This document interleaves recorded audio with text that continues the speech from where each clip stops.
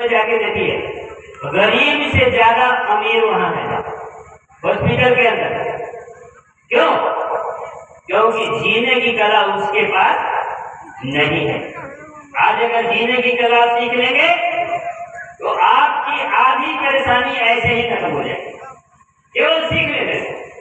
और अगर उसका पालन 90% करने लगे तो मैं समझता हूँ कि 90% आपका दुख दूर हो जाएगा, आपकी परेशानी खत्म हो जाएगी। तो चलिए, ये भूत वंदना जो पाली भाषा में हमने किया, इसका हिंदी बताते हैं, इसका हिंदी क्या होता है और आपके जीवन में इसका क्या महत्व है। तो सबसे पहला लाइन बोला गया था, बुद्धम नमामि। बुद्धम नमामि, बुद्धम का मतलब होता है बुद्ध और बुद्ध का मतलब होता है ज्ञान। ज्ञान का पर्यायवाची शब्द है बुद्ध। बुद्ध का मतलब ज्ञान। तो नमस्कार, किसको नमस्कार कर रहे हैं? ज्ञान को। तो ज्ञान को नमस्कार क्यों नहीं करेंगे? क्यों करेंगे? क्योंकि ज्ञान अज्ञानी व्यक्ति पशु के समान है। जिसके पास कोई ज्ञान नहीं है वह पशु के समान है। अच्छा, ज्ञान से मतलब क्या? केवल किताबी ज्ञान नहीं।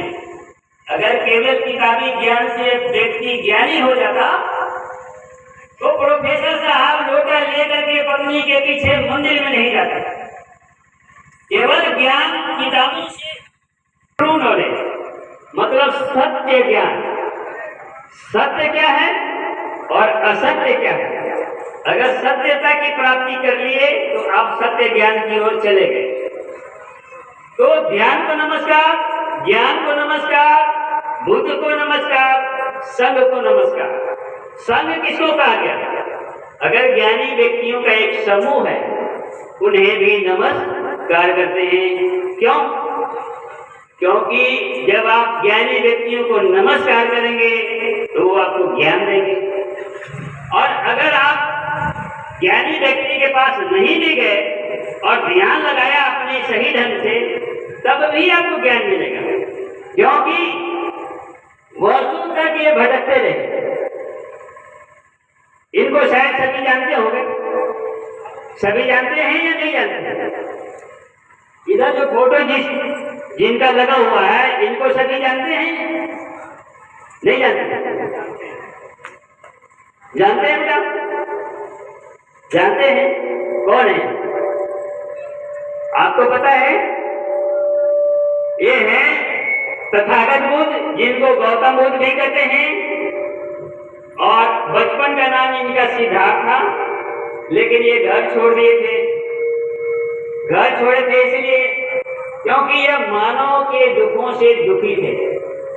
यद्यपि की सुख सुविधाओं की कोई कमी नहीं थी इनके पास, लेकिन इन सुखों से ये बिल्कुल अलग मानव के दुख को दुख दूर करने के लिए ये सोच रहे थे।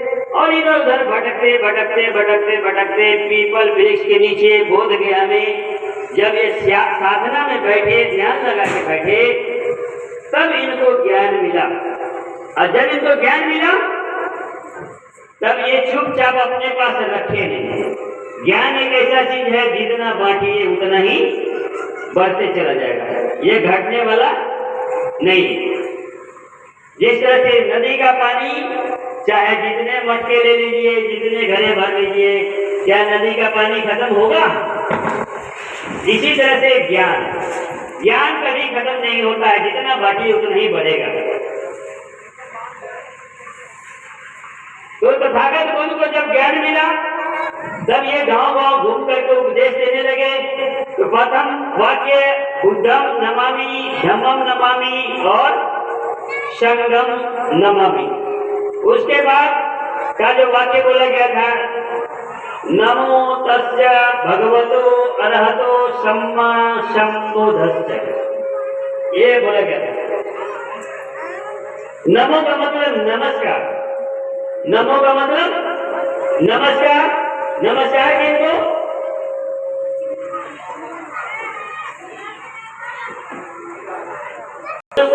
अरहत को नमस्कार। अरहत क्यों कहा गया? तो जिसने काम, क्रोध, लोभ, मोह से अपने को अलग कर लिया, वैसे व्यक्ति को आलस आ गया। तो तथागत बुद्ध को हम नमस्कार करते हैं। उसके बाद है बुद्धं शरणं गच्छामि, बुद्ध की शरण में हम जाते हैं। बुद्ध की शरण में जाते हैं मतलब ज्ञान की शरण में,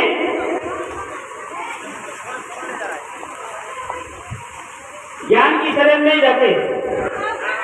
उसके बाद है धम्मं शरणं गच्छामि, ध्यान की शरण में हम जाते हैं। उसके बाद है संघं शरणं गच्छामि, संघ की शरण में जाते। अब ये बुद्ध की शरण में हम क्यों जाते हैं? ज्ञान की शरण में जाएंगे तभी ज्ञान की प्राप्ति होगी, इसलिए हम ज्ञान की शरण में जाते हैं। और इसके लिए जाने का कोई साधन की जरूरत नहीं है। जिस दिन आप लॉजिकल हो गए, तार्किक हो गए, तो आप बुद्ध की शरण में चले गए। लॉजिकल और तार्किक से मतलब क्या है?